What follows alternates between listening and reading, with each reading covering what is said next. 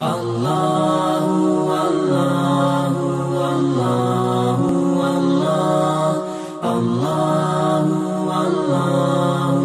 بخاری کا نام سنا ہے نا؟ اللہ اکبر، رسول اللہ کی 6 لاکھ حدیثیں زبانی یاد تھی امام بخاری۔ اللہ اکبر۔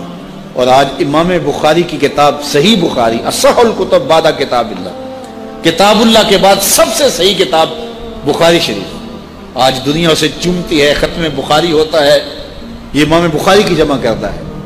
امام بخاری سفر پہ جا رہے تھے اور امیر آدمی تھے، 6 لاکھ اشرفیاں اس زمانے میں آپ کے پاس تھے۔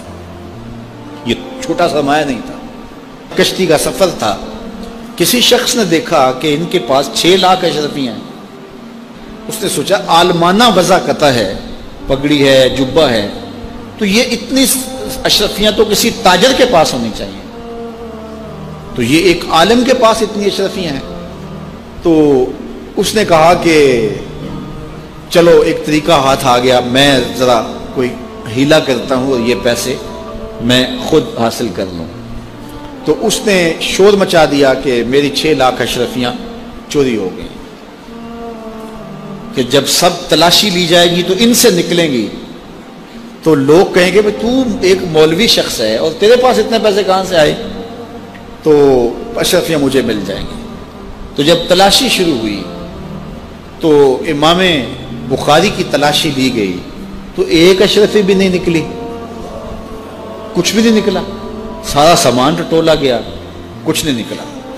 خیر چلو، لوگوں نے اس کو کہا تو جھوٹا ہے، تو نے خام خواہ جو ہے وہ ایک مکر کیا ہے۔ وہ بھی بڑا پریشان تھا کہ اشرفیاں میں نے ان کے پاس دیکھی ہیں، گئی کدھر؟ خیر جب جہاز چلنے لگا تو آہستہ آہستہ امام صاحب کے قریب ہو گیا، امام بخاری سے پوچھنے لگا حضرت اشرفیاں تو تھیں آپ کے پاس، تو کدھر گئیں؟ فرمایا جب تم نے الزام لگایا نا، اور مجھے پتا ہے کہ تم نے الزام کیوں لگایا ہے، میری وجہ دیکھ کے تم نے میرے سے ہتھیانا چاہا تھا، تو میں نے چپکے سے وہ اشرفیاں سمندر میں پھینک دی تھی۔ تو کہا حضرت اتنی زیادہ اشرفیاں اور سمندر میں پھینک دیں؟ کہا ہاں۔ کہا کیوں پھینکی؟ تو حضرت امام بخاری فرمانے لگے کہ اگرچہ وہ اشرفیاں میری تھیں، میری ملک تھی، اور تو نے اگرچہ یہ شور کیا تھا لیکن ایسے مجھ سے لے بھی نہیں سکتا تھا، لیکن ہو سکتا تھا کہ کوئی ایسا فیصلہ ہو جاتا اور اشرفیاں مجھے تجھے دینا پڑتی، یا کوئی آدھی آدھی کر لیتے یا کچھ ہوتا، تو اب میری وضع عالمانہ ہے اور میرے اوپر لگ جاتا الزام چوری کا، اگرچہ میں چور نہیں ہوں لیکن لگتا تو الزام، قیامت تک لوگ میری حدیثیں قبول نہ کرتے کہ اس پہ تو چوری کا الزام ہے۔ تو کہا میں نے اپنے کام کو محفوظ کرنے کے لیے اشرفیاں قربان کر دی، اتنی اشرفیاں صرف اپنے کردار کو بچانے کے لیے، اور ہم ٹگے کے لیے، چائے کی پیالی کے لیے دین بیچ دیتے ہیں، اور پھر کہتے ہیں آج علماء کی قدر کیوں نہیں ہے؟ میاں قدر ہم نے خود بیچی ہے، ایک ہی چیز ہے، یا پیسے لے لیں گے یا قدر لے لیں گے۔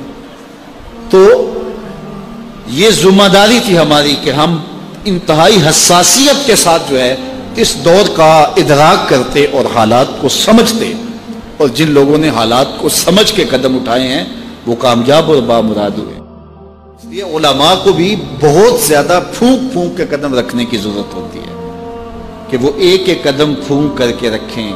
اعلیٰ حضرت نے کتنی خوبصورت بات کی تھی اپنے زمانے میں، آپ نے علماء کو جو نصیحتیں کی اس میں ایک نصیحت کی، آپ نے کہا علماء لوگ تمہیں دیکھ کے دین کے قریب ہوتے ہیں اور تمہیں دیکھ کے دور بھی ہو جاتے ہیں۔ کہا کہ اگر تم نے سنن غیر موقدہ کو چھوڑ دیا تو لوگ سنن موقدہ چھوڑ دیں گے، اور اگر تم نے سنن موقدہ کو چھوڑ دیا لوگ واجبات چھوڑ دیں گے، تم نے واجبات چھوڑ دیے تو لوگ فرائض چھوڑ دیں گے، اور اگر تم نے فرائض چھوڑ دیے تو لوگ کہیں دین نہ چھوڑ دیں۔ اور پھر کہا اے طبقہ علماء، تم نے اگر مکروہ تنزیہیہ کا ارتکاب کیا تو لوگ مکروہ تحریمیہ میں پڑ جائیں گے، اور اگر تم نے مکروہ تحریمیہ کا ارتکاب کیا لوگ حرام میں پڑ جائیں گے، تم نے اگر حرام کا ارتکاب کیا تو لوگ کفر میں پڑ جائیں گے۔ اس لیے علماء کو آج کے دور میں نہیں، ہر دور میں اپنے کردار کو بڑا صاف رکھنا